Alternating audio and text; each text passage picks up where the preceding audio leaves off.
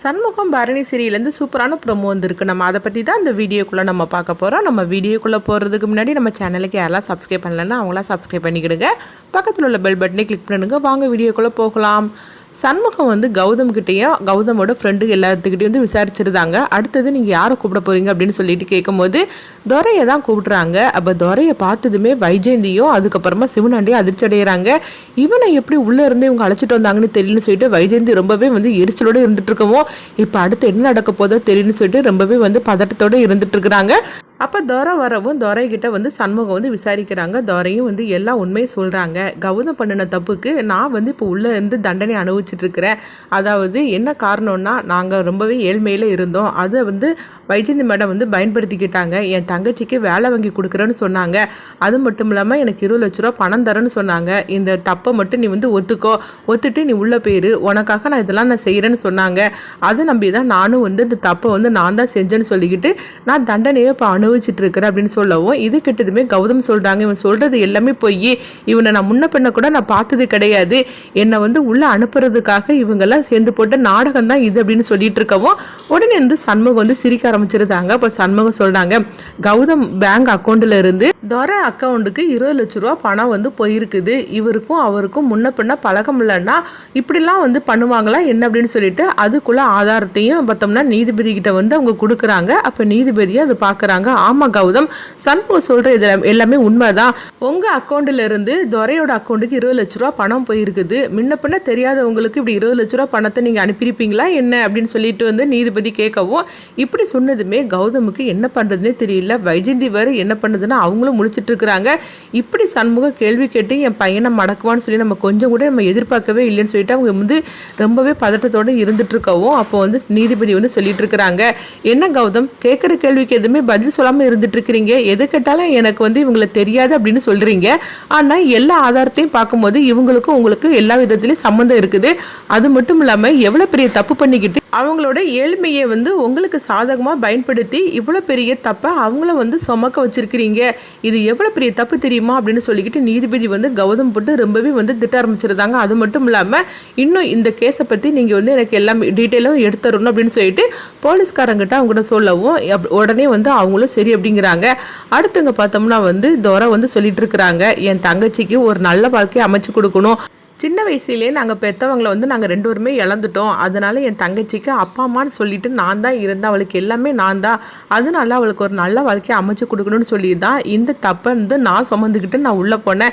என் தங்கச்சிக்கு ஒரு வேலையை வாங்கி அவங்க கொடுத்துட்டாங்க அப்படின்னு சொல்லிட்டு தான் சரி அவள் வாழ்க்கையாவது சந்தோஷமாக அமையணும்னு சொல்லிட்டு தான் நான் வந்து இந்த மாதிரிக்கு நான் பண்ணினேன். ஆனால் என்னென்னா இப்போ என் தங்கச்சி இல்லாமல் ஆகிட்டா அப்படின்னு சொல்லிக்கிட்டு அவங்க வந்து கதறி அழ ஆரம்பிச்சிருந்தாங்க.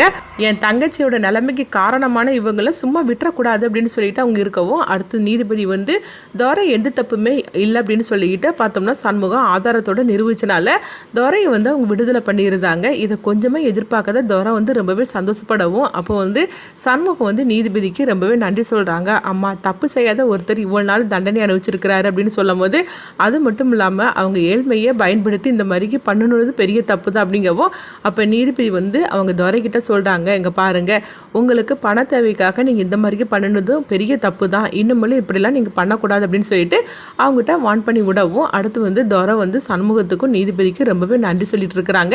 இங்கே பார்த்தோம்னா இப்படி பண்ண இது எல்லாமே வந்து வைஜெயந்திக்கு எதிராகவே அமைஞ்சிட்டு இருக்குது. இப்போ வைஜெயந்திக்கு என்ன பண்ணுறது தெரியல, தன்னுடைய பையன் தப்பு பண்ணிட்டான் அப்படின்னு சொல்லிட்டு ஆதாரத்தோடு நிரூபிச்சுட்டா இப்போ என்ன பண்ணானாக்க போதோ தெரியலையே அப்படின்னு சொல்லிட்டு ரொம்பவே பதட்டமாக இருக்கிறாங்க. அடுத்தது வந்து நீதிபதி கேட்குறாங்க, வேற யாரையும் நீங்கள் விசாரிக்க போறீங்களா அப்படின்னு சொல்லி சண்முகத்திட்ட கேட்கவும் சண்முகம் ஆமாம் அப்படிங்கிறாங்க. இது கெட்டதுமே இன்னும் அதிர்ச்சி அடைகிறாங்க. ஐயோ இன்னும் அடுத்தது யாரை கூப்பிட போகிறான்னு தெரியல அப்படின்னு சொல்லிட்டு இருக்கவும் அப்போ கோர்ட்டு வந்து இடவில்லை அப்படின்னு சொல்லிட்டு விடுறாங்க. இன்னும் கொஞ்ச நேரம் கழிச்சு ஆரம்பிக்க போகும் அப்படின்னு சொல்லிட்டு நீதிபதி சொல்லவும் அடுத்ததாக பார்த்தோம்னா சண்முகத்திட்ட இவங்க பரணி வந்து சில ஆதாரத்தெல்லாம் எடுத்து கொடுத்துட்டு இருக்கும்போது அப்போ அங்கே கௌதம் பற்றி பேசுறதுக்காக வைஜெயந்தி வராங்க.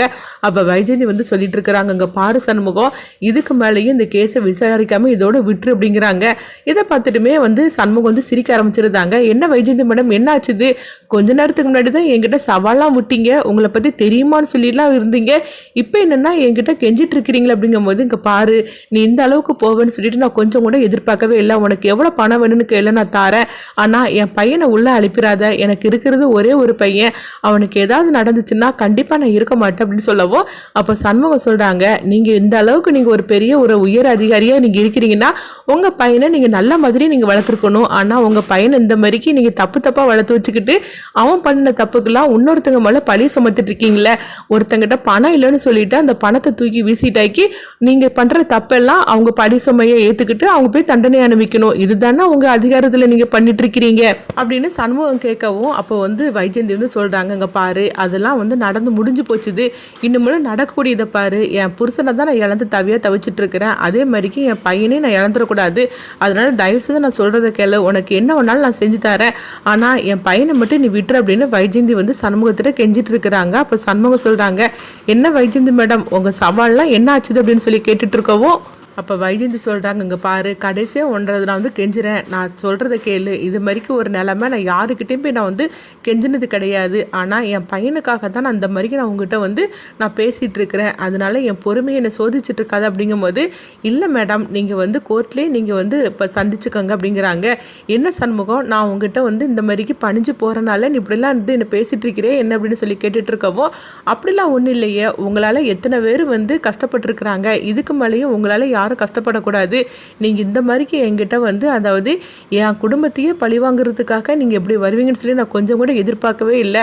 உங்கள் கணவர் பண்ணின தப்புக்கு அவர் போயிட்டாரு, அதுக்கு நான் என்ன பண்ணுவேன். ஆனால் நீங்கள் என்னென்னா அதுக்கு பழி வாங்குறதுக்காக என் குடும்பத்தில் வந்திருக்கிறீங்க. அது மட்டும் இல்லாமல் என் தங்கச்சியை பகடக்காயாக வச்சு என் குடும்பத்தை பழி வாங்கணும்னு சொல்லி நீங்கள் வந்தீங்க பார்த்தீங்களா, அதுதான் பெரிய தப்பு. நீங்கள் எதுவாக இருந்தாலும் என்கிட்ட நேருக்கு நேர் நீங்கள் மோதிரிக்கணும். ஆனால் என் தங்கச்சியை வச்சு நீங்கள் வந்தீங்க பார்த்தீங்களா, அதனால தான் உங்களுக்கு சரியான பதிலடி கொடுக்கணும்ல. என் 2 தங்கச்சியோட வாழ்க்கையை நாசம் பண்ணுறதுக்காக நீங்கள் இவ்வளோ தூரம் நீங்கள் போயிருக்கீங்கன்னா நான் விட்டுருவேன்னா என்ன, எல்லாமே எனக்கு என் தங்கச்சிங்க தான், அவங்களுக்காக நான் எந்த அளவுக்கு நான் போவேன். ஆனால் நீங்கள் உங்கள் பையனை நீங்கள் சரியாக வளர்த்துருந்தீங்கன்னா உங்களுக்கு இந்த நிலைமை உங்களுக்கு ஏற்பட்டிருக்காது அப்படின்னு சொல்லிட்டு போகவும், இதுக்கு மேலே நான் உங்கள்கிட்ட பேச தயாராக இல்லை, எனக்கு நிறைய வேலை இருக்குது அப்படின்னு சொல்லிட்டு போகிறாவும், இதை கெட்டதுமே வைஜெயந்திக்கு என்ன பண்ணுதுன்னு தெரியல. அடுத்து பார்த்தோம்னா வைஜெயந்தியோட கோபம் ரொம்பவே உக்கரமாக மாறிடுது. அப்போ சிவனாண்டி சொல்லிட்டு இருக்கிறாங்க, வைஜெயந்தி மேடம் நான் அடுத்ததான் அவன் யாரை விசாரிக்க போறான்னு தெரியல, அதை வச்சு தான் இந்த கேஸோட தலையெழுத்தே மாறப்போகுது. அது மட்டும் இல்லாமல் இதுக்கு பிறகு அவங்க தீர்ப்பும் சொல்லிடுவாங்க. இப்போ என்ன நடக்க போதே தெரியல, யாரை விசாரிக்கிறதுக்காக வச்சிருக்கான்னு தெரியல அப்படின்னு சொல்லிட்டு இருக்கும்போது அப்போ குருவும் வராங்க. ஆமாம் மேடம் இப்போ என்ன நடக்க போதே தெரியல, அது மட்டும் இல்லாமல் கௌதம் தம்பி தான் தப்பு பண்ணனான்னு சொல்லிக்கிட்டு இவன் துரையை வச்சு ஆதாரத்தோட நிரூபிச்சுட்டான்.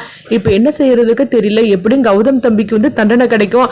அடுத்துதான் இவன் சொல்ல போறதுல இன்னும் என்னெல்லாம் நடக்க போதோ தெரியல, அநேகமாக அவங்க உங்களையும் சிக்க வைக்கிறதுக்காக தான் வேற யாரையும் விசாரிக்க போறா அப்படின்னு சொல்லவும், இதை கெட்டதுமே வைஜெயந்தி அதிர்ச்சி அடைகிறாங்க. அப்படி மட்டும் ஏதாவது பண்ணினோம்னா கண்டிப்பாக ஒரு விபரீதமான ஒன்று இந்த கோர்ட்டில் நடக்கும் அப்படின்னு சொல்லிட்டு இருக்கிறாங்க. இதை கெட்டதுமே சிவனாண்டியும் குருவும் அதிர்ச்சி அடைகிறாங்க. என்ன மேடம் நீங்கள் சொல்லிட்டு இருக்கிறீங்க அப்படிங்கும்போது, என்கிட்ட வேற எதுவுமே நீங்கள் கேட்காதீங்க அப்படிங்கிறாங்க. அடுத்து பார்த்தோம்னா கோர்ட்டு ஆரம்பிக்கிறாங்க. அப்போ நீதிபதி சண்முகத்திட்ட சொல்லிட்டு இருக்கிறாங்க, நீங்கள் யாரையோ விசாரிக்கணும்னு சொல்லிட்டு இருந்தீங்களா, அது யார் அப்படின்னு சொல்லி கேட்டுட்டு இருக்கவும், அப்போ உடனே சண்முகம் சொல்றாங்க, பாரதி மேடத்தை தான் நான் விசாரிக்கணும் அப்படிங்கிறாங்க. இப்படி சொன்னதுமே வைஜெயந்திக்கு தூக்கி வாரி போடுது. பாரதியும் வராங்க. அடுத்ததான் என்ன நடக்க போகுதுன்னு சொல்லி வெயிட் பண்ணி பார்க்கலாம்.